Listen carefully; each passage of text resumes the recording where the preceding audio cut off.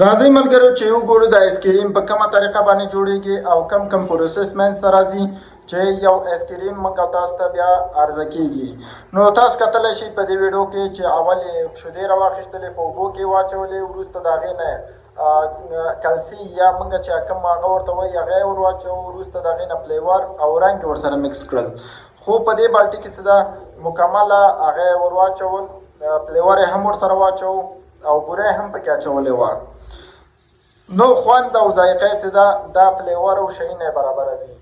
وروسته د هغې نه دا راواخیسته، ماشین په واسطه باندې په اندازه باندې دا قالبو کې بیا اچوي.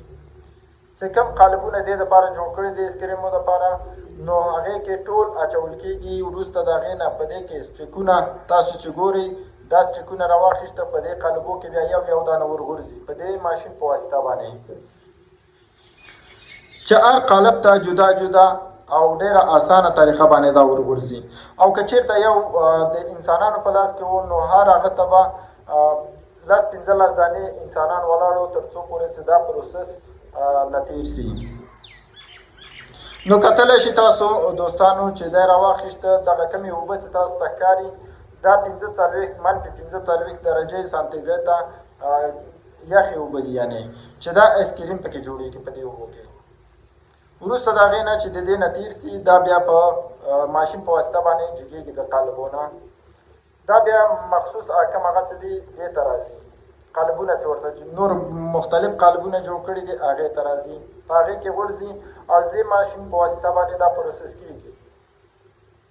چې تاسو یې کتلی شئ ډېره اسانه او ساده په دې ویډیو کې تاسو ته ښکاري، خو اصلا داسې نه ده، ډېر مشکل او ډېر پروسس نه دا تېرېږي، بیا دا خلکو ته عرضه کېږي.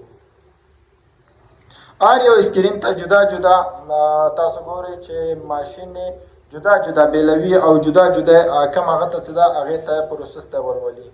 نو اوس د دې نه بعد دا راواخیستل په پلاستیکو کې واچول سول، کوم مخصوص پلاستیکونه چې ورته جوړ شوي دي د آیسکریمو دپاره دا بیا واخیستل جدا جدا د دې ماشین په واسطه باندې جدا جدا کېږي او کلکېږي.